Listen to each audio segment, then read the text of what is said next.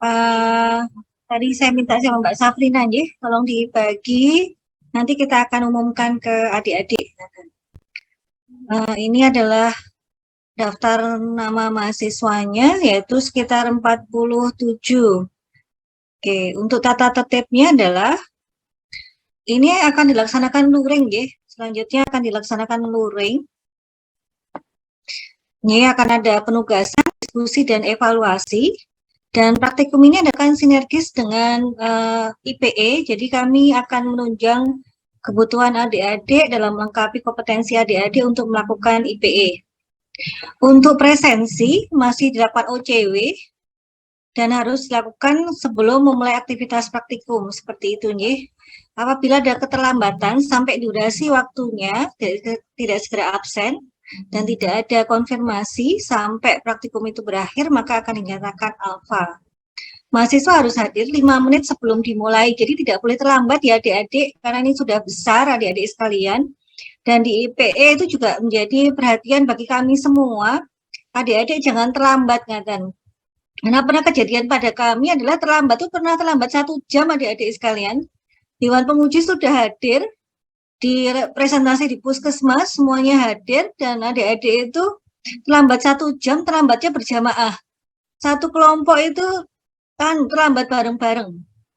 Jadi itu jangan ya, ini sudah bukan anak SMP atau SMA lagi, jadi adik-adik sudah harus bertanggung jawab pada dirinya dan jadi sosok yang dewasa. Jadi kalau mau ada jadwal harus hadir sebelumnya.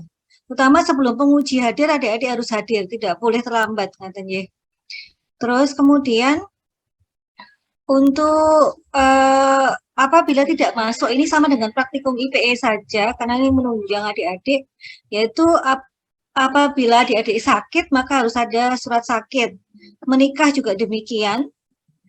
Kemudian apabila ada yang meninggal juga harus ada bukti. Kemudian apabila ada tugas, harus ada surat tugas dari prodi. Seperti itu adik-adik, dan adik-adik harus hadir secara luring untuk praktikum selanjutnya. Permohonan izin maksimal adalah 1 jam sebelum pelaksanaan praktikum, ngaten nggih. Terutama untuk ujian, apabila adik-adik responsi tidak ada pemberitahuan sebelumnya, maka kami tidak akan memberikan susulan.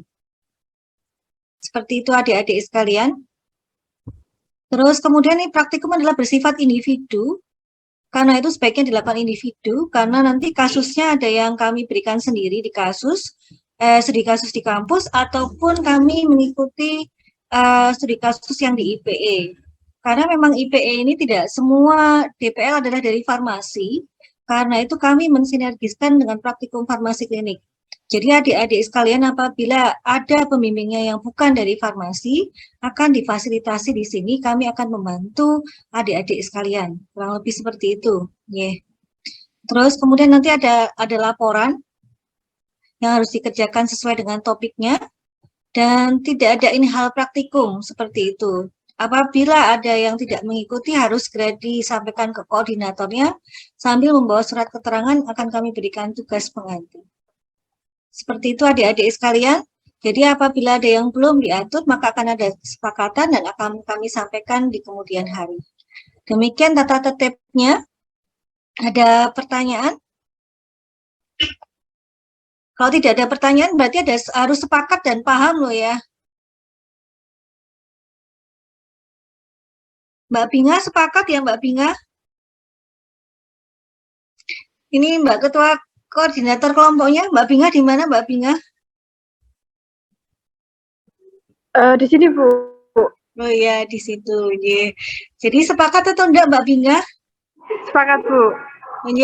Pertama ini ya, enggak boleh terlambat, maksimal 5 menit sebelum dimulai loh ya. Iya Bu. Ya, oke. Dan mari kita sepakat, mari kita lakukan pemberian materinya. Akan ada 16 pertemuan adik-adik sekalian. Hari ini adalah asistensi yang sudah kita laksanakan. Dan hari ini pula kita akan membahas tentang tata cara praktikum dengan materi-materi selanjutnya. Dan hari ini pula kami mendapatkan titipan gitu. Ada beberapa kelompok IPE yang katanya masih kedandapan. Sehingga ada beberapa kelompok yang belum dilakukan penilaian oleh DPL kemarin. Jadi harusnya pada hari kemarin DPL sudah bisa mengambil nilai, tapi ternyata yang masuk kepada kami adalah ada beberapa kelompok yang belum bisa diambil nilai. Jadi DPL-nya baik hati gitu. DPL-nya baik hati, katanya mahasiswanya kedandapan. Seperti itu. Jadi kami akan memfasilitasi adik-adik kesulitannya di mana. Karena itu asistensi ini maunya kita laksanakan September ngomong-katen ya Bu Tiara.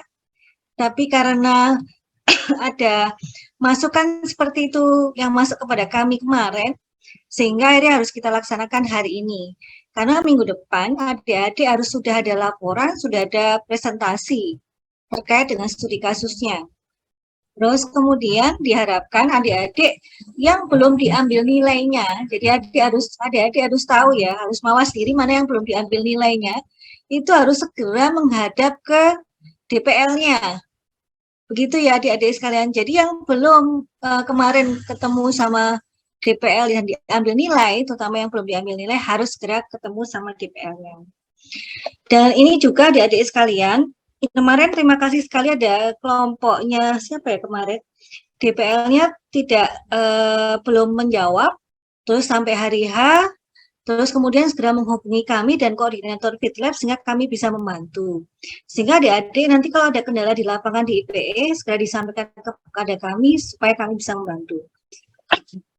Untuk IPE, adik-adik kalau nanti dijadwalkan harus mamanya 16 kali pertemuan praktikum gitu ya. Itu harus 16 kali. Seperti itu adik-adik sekalian. Jangan dikurangi. Jadi kalau ada DPL-nya atau instruktur lapangan dari puskesmas belum bisa ketemu, harus ketemu ya adik-adik. Ini pernah kejadian kami berapa tahun silam ya, angkatan 2016. Itu sibuk sekali kepala puskesmasnya. Dan DPL-nya kebetulan juga ada kesibukan. Tapi ternyata adik-adik tidak berusaha dengan sangat. Sehingga sampai hari terakhir itu belum ketemu dengan kepala puskesmasnya, hanya sekali. Akhirnya kepala puskesmasnya tidak mau memberi nilai adik-adik sekalian. Jadi kejadian seperti ini jangan diulangi lagi, sehingga akhirnya waktu itu kami dari pihak UNS harus meminta maaf kepada kepala puskesmas dan ternyata adik-adik di kelompok tersebut juga melakukan hal sama dengan DPL yang di UNS, baik farmasi maupun di kedokteran. Sehingga adik-adik sekalian, karena adik-adik sudah besar dan adik-adik harus bertanggung jawab, meskipun itu bolosnya satu kelompok, itu tetap akhirnya yang kena imbas juga satu kelompok. Jangan sampai berpikiran kalau bolos satu kelompok itu akan dimaafkan. Jangan berpikiran seperti itu ya adik-adik. Jadi kalau adik-adik ada temannya yang leler gitu, dari prodi lain ya saling mengingatkan. Seperti itu adik-adik sekalian, karena imbasnya akan kena semuanya. Oke, itu yang kan waktu IPE dan semuanya dilakukan oleh luring. Dilakukan dengan luring. Nah, demikian. Terus habis itu sebelum kegiatan lapangan, adik-adik akan belajar tentang cara pengumpulan data dan riwayat pengobatan dan akan menyusun patient medication record. Ini akan ada pemeran standar ngaten ya adik-adik sekalian, nanti akan dikoordinasi oleh Bu Tiara dan dibantu oleh kakak-kakak asisten seperti itu. Jadi adik-adik hari itu akan individu mekaten ya. Kami punya banyak asisten yang akan bisa membantu. Jadi adik-adik individu untuk taking datanya atau pengambilan datanya. Dan adik-adik harus bisa menyusun patient medication record saat itu juga gitu nih. Karena modelnya IPE kayak gitu. Seperti itu adik-adik sekalian. Nanti kita akan bahas satu persatu terkait dengan hal ini. Selanjutnya, adik-adik akan belajar tentang asesmen kefarmasian dan penentuan tujuan terapi. Nah, untuk 22 September ini, praktikum keempat, kita akan menggunakan data dari IPE, seperti itu adik-adik sekalian. Jadi kasusnya adik-adik IPE akan kita bantu, kita fasilitasi. Jadi data yang adik-adik dapat dari lapangan, karena adik-adik assessment, dan akan adik-adik analisa, dan akan dikoreksi oleh kami, seperti itu. Dan bagi yang tidak ikut IPE saat ini, boleh mengambil studi kasus lainnya. Silakan cari pasiennya dari tetangga atau lingkungan sekitarnya. Namun apabila ada kesulitan, insya Allah kami bantu. Seperti itu, adik-adik sekalian ya. Jadi nanti adik-adik yang IPE usahakan untuk pasiennya dapat yang ada obatnya, seperti itu ya, disampaikan kepada kepala puskesmasnya. Selanjutnya akan ada Patient Activation Measure atau PAM. Ini sebenarnya untuk melihat kesiapan pasien, apakah siap untuk dilakukan konseling seperti itu, karena IPE itu adalah IPE itu adalah patient center care, di mana kita membuat pasien itu mandiri untuk menjalani terapi penyakitnya seperti itu. Jadi pasien diharapkan mandiri, dan sejauh mana pasien itu siap untuk mandiri dan siap untuk bekerja sama, itu ada yang namanya tools patient center care untuk kemandirian pasien, yaitu pakai PAM seperti itu adik-adik sekalian. Nah, nanti kita coba akan lihat gitu visibilitasnya, semoga ini kita bisa lakukan juga di lapangan. Kalau sampai nanti kita kesulitan, kita lakukan pemeran standar gitu ya Bu Tiara ya. Kita coba lihat sambil jalan seperti apa. Terus kemudian adik-adik sekalian, selanjutnya mulai praktikum pertemuan ke-8 hingga ke-11, adik-adik akan melakukan analisa yang lebih mendalam, yaitu adik-adik akan melakukan monitoring adherence, efektivitas terapi, meso, dan kualitas hidup. Sebenarnya yang diwajibkan untuk IPE adalah adherence ya. Untuk yang diwajibkan di IPE itu adalah adherence. Seperti itu adik-adik sekalian. Cuman apabila adik-adik bisa menambahkan yang lainnya adalah baik seperti itu. Karena kita kemarin untuk IPE itu sebenarnya setiap prodi itu mengeluarkan toolsnya masing-masing. Jadi dia banyak sekali seperti itu. Nah, akhirnya kita akan mengambil yang pokok saja untuk IPE. Cuman dari IPE itu juga dinilai kedalaman. Nah, kedalaman akhirnya bagaimana? Akhirnya dari masing-masing prodi bisa memasukkan dalam pembahasan, tapi bukan sebagai yang wajib gitu ya. Bukan yang wajib untuk untuk laporan, tapi apabila ada tambahan adalah baik. Kurang lebih seperti itu adik-adik sekalian. Untuk supaya kita adik-adik mendapatkan nilai kedalaman yang baik, karena itu kami minta adik-adik selain adherence, adik-adik sekalian nanti cek efektivitas, ESO-nya, dan juga kualitas hidupnya. Kurang lebih seperti itu. Nah, untuk edukasi dan konseling, biasanya kita juga menggunakan materi dari dari IPE, dan kita juga sekalian mengecek adik-adik bisa membantu media edukasinya seperti apa, konselingnya seperti apa, kesiapan adik-adik sekalian. Karena adik-adik nanti harus memberikan konseling ya kepada pasien, pada mitra keluarga, ataupun kepada masyarakat di mana mitra keluarga itu tinggal. Seperti itu adik-adik sekalian. Karena itu dikatakan ada penyuluhan komunitas. Namun permasalahan angkatan adik-adik ini agak spesial karena hampir semua ikut MBKM ngaten Bu Tiara. Lah kami kalau habis ini kalau adik-adik masuk ke PSPA kami sebenarnya jujur saja sedikit pusing ini bagaimana mensiasatinya ngaten ya Bu Tiara. Karena suami dikasih nggak dapat, pio nggak dapat. Kemarin aja kita meriksa tuh sebenarnya agak gimana begitu ya. Nah ini angkatan ini agak berbeda gitu. Nah untuk konselingnya mungkin ada tambahan gitu ya Bu Tiara. Kayaknya suami dikasih nih kayaknya tidak terasa sama sekali mekaten. Jadi nanti bolehlah tambah dari puskesmas tuh boleh. Karena tujuannya kita membantu adik-adik gitu ya. Cuman kita tambah studi kasus sendiri untuk suami dikasih ngaten Bu Tiara. Yeah. Jadi waktu apoteker kita juga lebih ringan kan Bu Tiara, dan adik-adik juga lebih siap ya. Seperti itu adik-adik sekalian. Nah, untuk edukasi kami akan ada tambahan. Nah, untuk adik-adik sekalian, karena nanti habis ini adik-adik apoteker, kami biasanya di apoteker itu akan ada yang pertama kali ada OSCE ngaten adik-adik. Nah, OSCE ini kami juga akan dilakukan untuk S1. Kita coba. Tapi sistemnya adalah dokser, duduk geser ya. Seperti praktikum PIO kemarin kan sudah merasakan ya yang praktikum PIO. Jadinya setiap 10 menit jadi geser ke tempat duduk sebelahnya. Kurang lebih seperti itu. Gitu aja ya Bu Tiara, daripada kita pinjam ruang OC. Nah, nanti OC-nya seperti apa? Ada 8 station adik-adik, setiap station 10 menit. Seperti itu.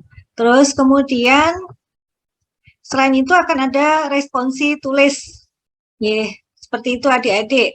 Ya, demikian untuk materinya. Ada yang ada masukan mungkin adik-adik atau pengen menambahkan? Boleh. Mbak Binga setuju ya? Yang tak tanya Mbak Binga terus ya, Bu. Setuju ya Mbak Binga? Setuju, Bu. Oke, semangat. Ya, Nah, ya, Bu. siap. Untuk ketentuan penilaian ya, karena ini adalah merupakan project based dan case based, akan ada nilai yang cukup besar ya pada keaktifan adik-adik dan mengerjakan studi kasus, yaitu sekitar 50%. Akan ada post test juga sekitar 10%. Terus kemudian ada yang namanya OSCE dan responsi ada sekitar 40%. Dan ini sudah sesuai dengan ketentuan prodi bahwa untuk mata kuliah berbasis kasus atau project based adalah harus lebih dari 50% untuk proporsi penilaiannya. Setuju, J? Mbak Binga, setuju Mbak Binga?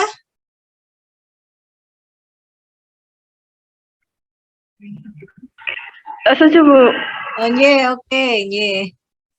Jadi nanti kalau yang lainnya nggak setuju, marah ya Mbak. Ya. Ini adalah format laporan, akan ada cover terus terang, tentunya ada cover, kemudian ada tujuan praktikum, ada dasar teori, kemudian ada kasusnya seperti apa, hasil dan pembahasannya seperti apa, dan daftar pustaka. Daftar pustaka kita akan coba pakai style gitu ya, kita gunakan apa style aja. Ini yang kita bio kita pakai apa style. Jadi jangan ngarang ya kalau nulis pustaka ya adik-adik sekalian. Ya, biasanya kadang ajaib sekali lah kita nggak boleh gitu ya. Nah nanti di di FK, di FitLab, di Puskesmas nanti tanya stylenya apa di sana. Oke, kalau tidak tahu tanya yang praktikum bio kemarin sudah biasa menggunakannya. Terus kemudian untuk konseling nanti akan ada penilaian katanya bagaimana gradingnya gitu. Jadi nanti kita akan lihat ya gradingnya seperti apa, cara penyampaiannya seperti apa, terus kemudian cara komunikasinya seperti apa. Itu akan kita nilai. Ini kalau yang praktikum PIO juga sudah terbiasa. Cuman yang praktikum PIO itu cuma 16 orang Bu Tiara, jadinya ya ini kita harus cukup banyak latihan ini ceritanya. Oke, untuk pertemuan 23 itu akan ada wawancara ya, wawancara riwayat pengobatan dan penyusunan patient medication record. Kompetensinya adalah adik-adik tujuannya juga adalah melakukan wawancara dan pengumpulan data karakteristik yaitu subjektif dan objektif serta riwayat pengobatan dan mampu menyusun PMR, kurang lebih seperti itu adik-adik sekalian.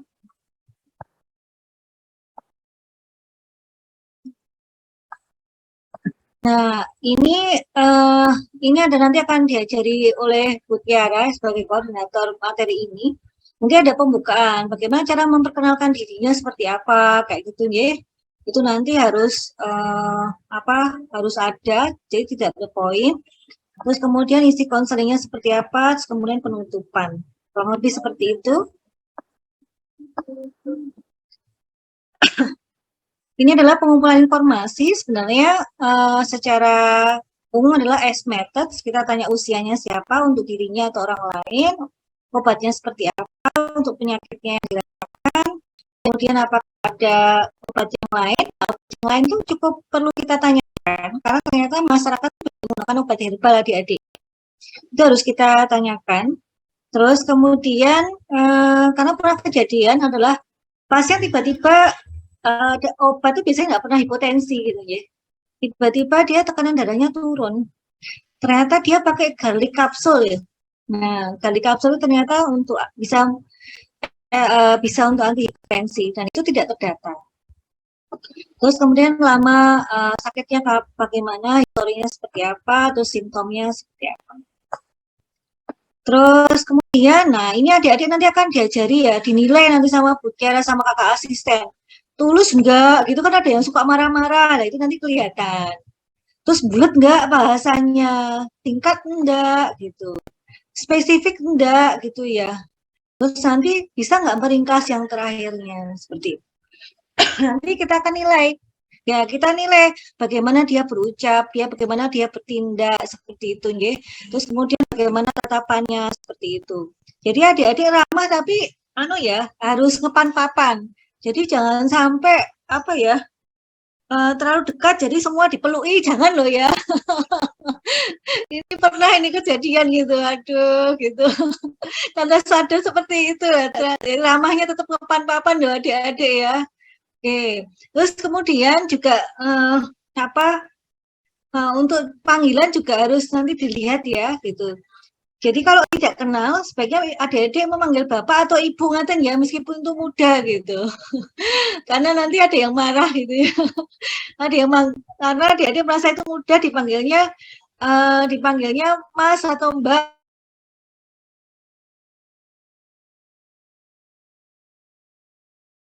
Nanti dinilai Mutiara.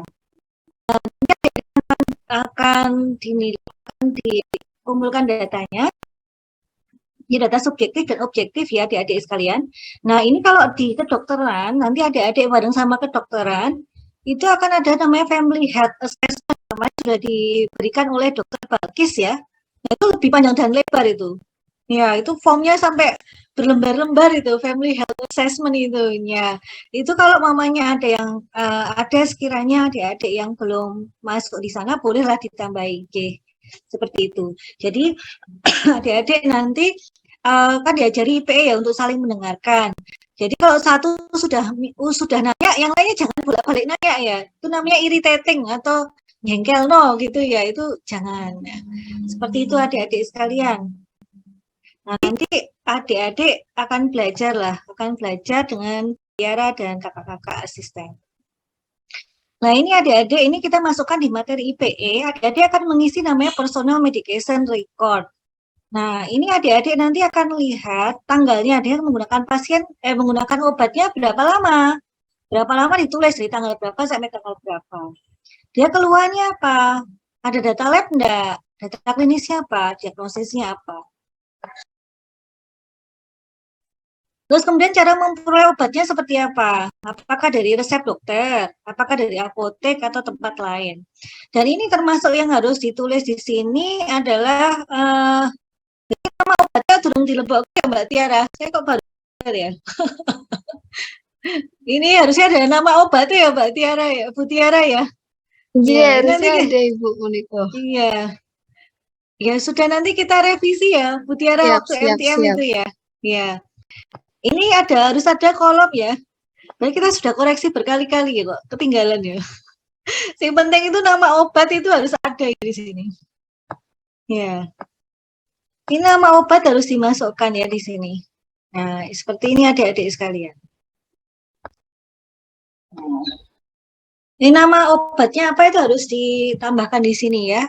Termasuk obatnya di situ apa? Obat herbal tuh ya harus masuk gitu ya.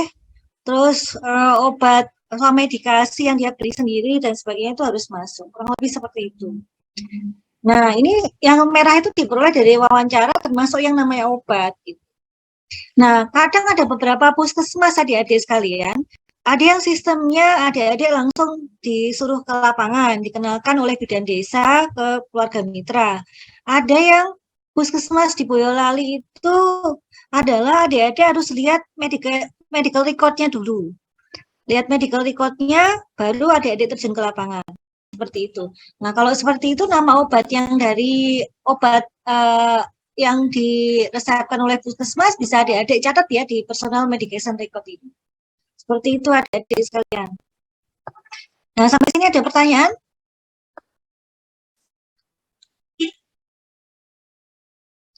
Paham ya?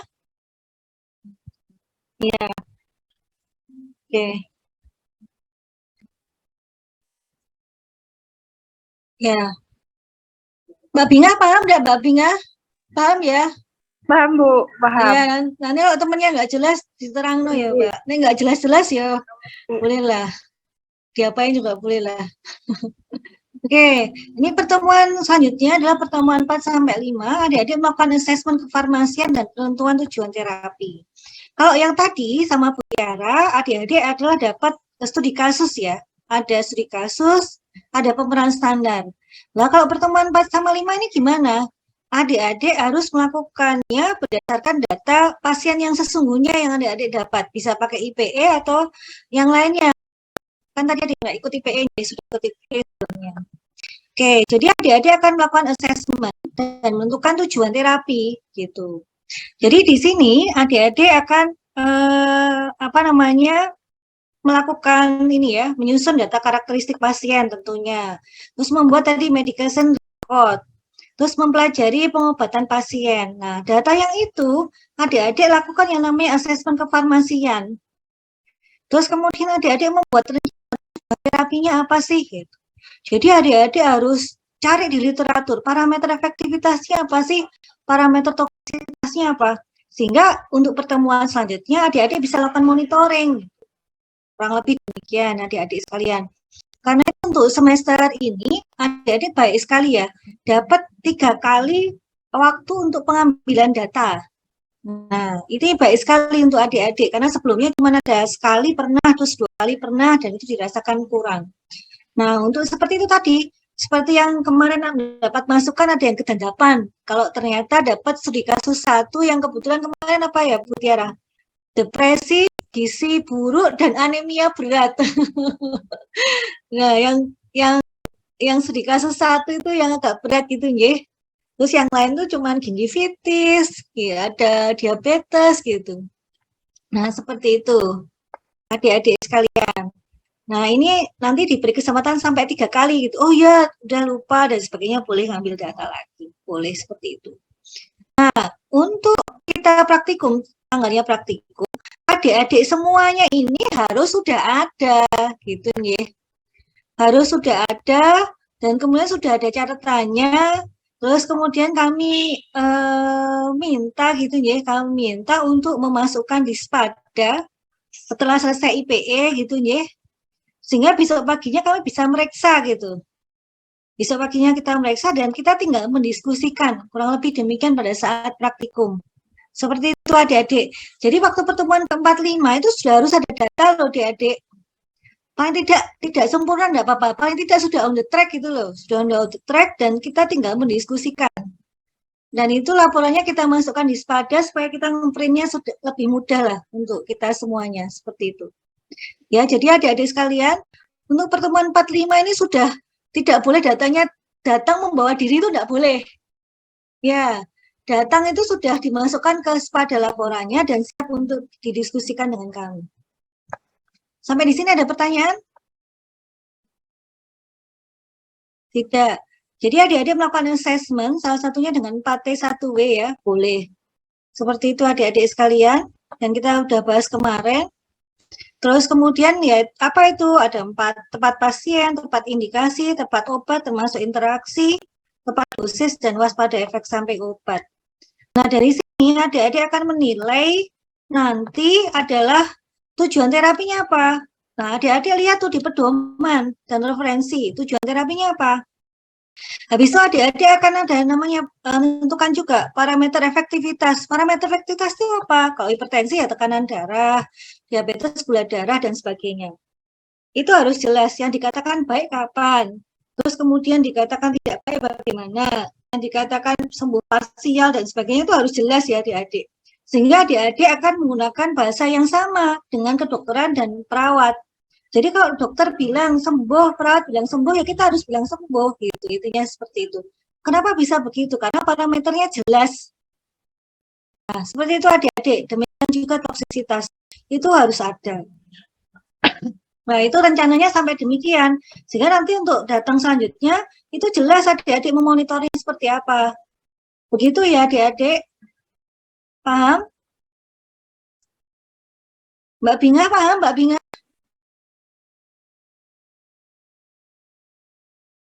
Mbak Binga itu kayak Mbak Zakia ya? Mirip ya? Kembarannya Mbak Zakia apa Mbak Binga? Beda, Bu. Hah? Beda tuh? Oh. Beda, Bu. Oh ya, metode tuh ya Mbak Butiara ya? Ya. Oke. Ya, paham ya? Ya, lain kali nggak boleh terlambat loh, Mbak Zakia. Ini biasanya semangat nih, baru kali ini terlambat ya. Ya Bu, tadi susah loginnya. Oh iya, enggak apa-apa, dimaafkan kok. Ya. Mas Wisnu nanti lapor ke Mas Wisnu loh ya. Nah, seperti itu adik-adik sekalian. Nah, ini PAM. Selanjutnya adalah PAM ya. PAM untuk melihat kesiapan keterlibatan pasien dalam perawatan kesehatan. Nah, ini sebenarnya tools untuk untuk patient center care. Ini nanti kita akan lihat ya sambil berjalannya waktu, apakah kita akan bisa menggunakan pasien di IPE atau pemeran standar, nanti kita akan lihat dalam perjalanannya waktu. Yeah. Tapi kalau adik-adik bisa mencari yang di sana, jadi waktu taking data sekalian tuh bisa. Nah, PAM itu untuk melihat tingkat keterlibatan atau tingkat kesiapan pasien dalam perawatan kesehatannya, kurang lebih seperti itu. Dinilai apa pengetahuan, skill, dan keyakinannya untuk melakukan manajemen diri secara mandiri. Seperti itu adik-adik sekalian. Nah, ini nanti bisa dibaca ya, gitu. Terus ini bahasa Inggrisnya, kalau mau bahasa Inggris, ini bahasa Indonesianya, gitu ya. Nanti ini dibaca, nanti ada 13 lah. 13 pertanyaan gitu ya. Nah, nanti adik bisa mengambil inti-intinya aja, bisa adik-adik, kurang lebih seperti itu. Nah, ini ada 13 pertanyaan. Nah, nanti skornya adalah untuk di level 1, level 2, level 3, dan level 4, kurang lebih seperti itu. Nanti ini akan diajari sama Bu Yeni juga waktu kuliah ya. Terus kemudian jadi kita tinggal pakai Bu Tiara gitu. Gitu ya. Jadi kalau Bu Yeni sudah siap, berarti kenapa kita agak mundur supaya mereka disiapkan oleh Bu Yeni dulu gitu. Jadinya semakin tinggi maka dia akan semakin siap gitu untuk menjalani terkait untuk patient center care dan juga untuk kemandirian pengobatan. Seperti itu adik-adik sekalian. Jadi ada beberapa riset ini memang dengan adanya PAM semakin tinggi, maka adherence semakin tinggi, kemudian kualitas terapinya semakin baik. Kurang lebih seperti itu intinya. Terus kemudian selanjutnya adalah adherence adik-adik sekalian. Ini apa sih? Adherence, efektivitas terapi dan kualitas hidup gitu ya. Jadi adik-adik akan melakukan monitoring. Tadi kan sudah buat rencana kan? Nah, ini kita lakukan, rencananya itu kita lakukan beneran gitu. Yeah. Contohnya adherence, pasiennya patuh enggak? Gitu. Jadi nanti pembahasannya nanti kita akan mendalam gitu ya. Pasiennya tidak efektif, enggak adher atau enggak patuh gitu ya. Terus kemudian efektivitas terapinya apa? Efektivitas terapinya gimana? Gimana? Jadi jangan sampai loh adik-adik bertanya, pernah ada mahasiswa saya bertanya ke pasien, Ibu terjadi efek samping enggak? Gitu. Terus Ibu terapi dia gimana? Efektif atau enggak gitu? Jadi dulu ada mahasiswa itu gitu jawabannya efektif gitu. Efek samping tidak ada gitu. Saya nanya parameternya apa gitu. Terus caranya nanya gimana lah gitu. Ya itu tadi. Bu, efektif enggak gitu. Ada efek samping enggak gitu. Ya enggak boleh gitu ya adik-adik sekalian ya. Jadi harus jelas gitu. Ya. Oke adik-adik sekalian. Nanti karena itu tadi di plan harus ada parameternya. Nah, seperti itu adik-adik. Nah, ini MS seperti itu. Skornya 8. Ada yang seperti ini, kepatuhan tinggi, sedang, dan rendah. Lah, ada yang bilang juga kalau 6 ke atas itu taat gitu ya Bu Tiara ya. Ya. Ini kategorinya adalah taat. Nah, terus yang ini tidak taat. Kurang lebih seperti itu. Nah, gitu ya adik-adik sekalian. Nah, sebenarnya itu yang wajib itu ini, cuman nanti pembahasan harus mendalam gitu loh. Judulnya kan seperti itu adik-adik. Nah, itu kebanyakan dapat nilai A kok adik-adik sekalian. Kecuali yang leler. Dan dulu yang bahkan ada yang tidak mau datang nemu itu hampir tidak lulus gitu. Karena nilai nggak dikeluarkan. Jadi sebenarnya kalau adik-adik on the track tuh pastilah dapat A gitu.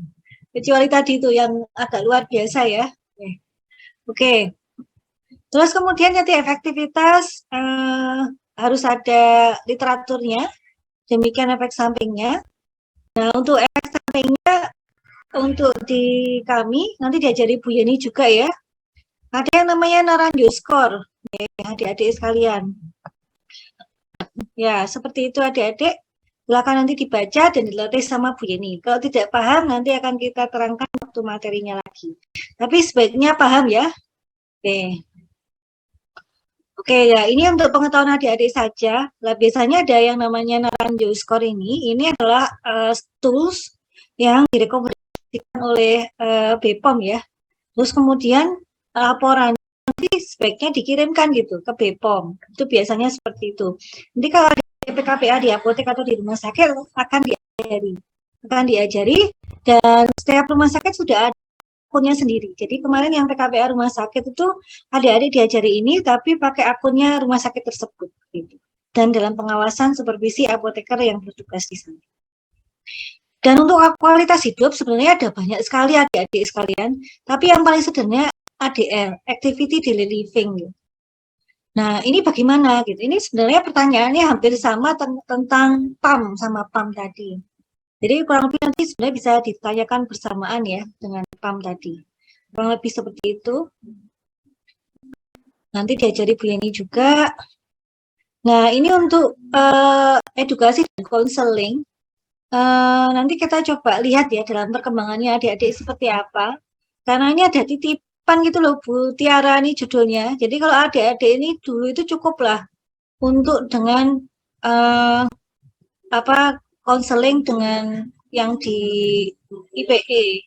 Nah, ternyata adik-adik banyak yang nggak ngambil swamedikasi. PIO juga enggak. Terus apa mana ya? Banyak gitu loh Bu Tiara judulnya. Jadi ini tuh jadi ini titipan prodi nih judulnya, karena habis ini yang kena imbasnya ya kita ini untuk menyiapkan adik-adik. Jadi mungkin kita sedikit tambahan ya, Bu Tiara. Jadi adik-adik ini belum pernah kayaknya melakukan swamedikasi dan indikator apa sih yang harus kita berikan untuk swamedikasi. Karena swamedikasi itu adalah endpoint-nya adalah selain adik-adik bisa memberikan obat, adik-adik bisa memberikan tidak memberikan obat itu bisa. Jadi diberikan terapi non farmakologi atau untuk yang tingkat parahnya sedang dan berat, adik-adik harus merujuk ke dokter.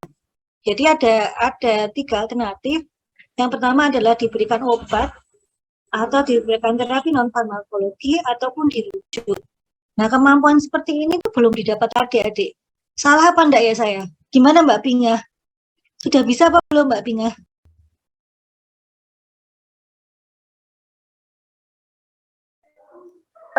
Masih agak bingung sih Bu sebenarnya. Oh ya, agak bingung Bu Tiara, jadi ini harus ternyata. Ya, seperti itu. Yeah.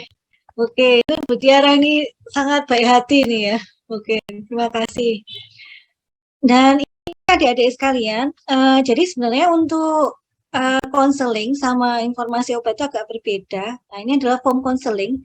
Kami gunakan, ini dokumentasi konseling sebenarnya yang ada di puskesmas. Banyak puskesmas yang menggunakan ini.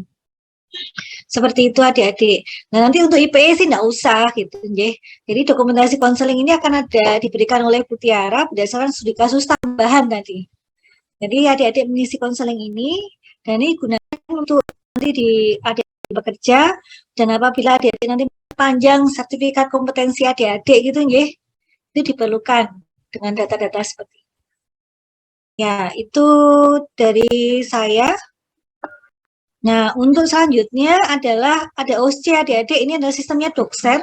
Untuk yang sudah praktikum PIO pasti sudah tahu, akan ada 8 station. Setiap sessionnya 10 menit. Ya, nanti adik-adik akan menentukan yang membuat yang namanya patient medication record. Adik-adik melakukan PAM, adik-adik melakukan assessment kefarmasian, adik-adik melakukan identifikasi adherence, efektivitas, ESO, kualitas hidup, dan juga melakukan konsultasi ya. Jadi dalam waktu 10 menit, adik-adik menghadapi soal, adik-adik akan menjawabnya, dan habis itu pindah tempat, kurang lebih seperti itu. Dan jangan khawatir, kita akan mempersiapkan adik-adik semuanya. Karena 10 menit ini adalah waktu standar untuk ujian OSCE pada setiap stasiun. Seperti itu? Ada pertanyaan? Tidak? Alhamdulillah. Terus kemudian untuk responsi tulis juga kurang lebih sama ya, tapi sistemnya nanti ada studi kasus gitu. Kita coba-coba soalnya seperti soal-soal CBT gitu ya Bu Tiara. Jadi nanti adik-adik akan mendapatkan soal, nanti akan ada yang namanya, gimana susunannya Bu Tiara? Ada vignette atau apa Bu Tiara? Monggo Bu Tiara. Jadi nanti susunannya ada vignette, kemudian vignette-nya ini harus teman-teman analisis terlebih dahulu, kemudian nanti ada lead in, itu adalah pertanyaan dari vignette-nya. Nah, pertanyaan ini tidak langsung bisa teman-teman jawab, pertanyaan ini merujuknya nanti ke soal yang teman-teman harus analisis, baru nanti ada jawaban yang akan teman-teman pilih seperti itu dari soal-soal CBT.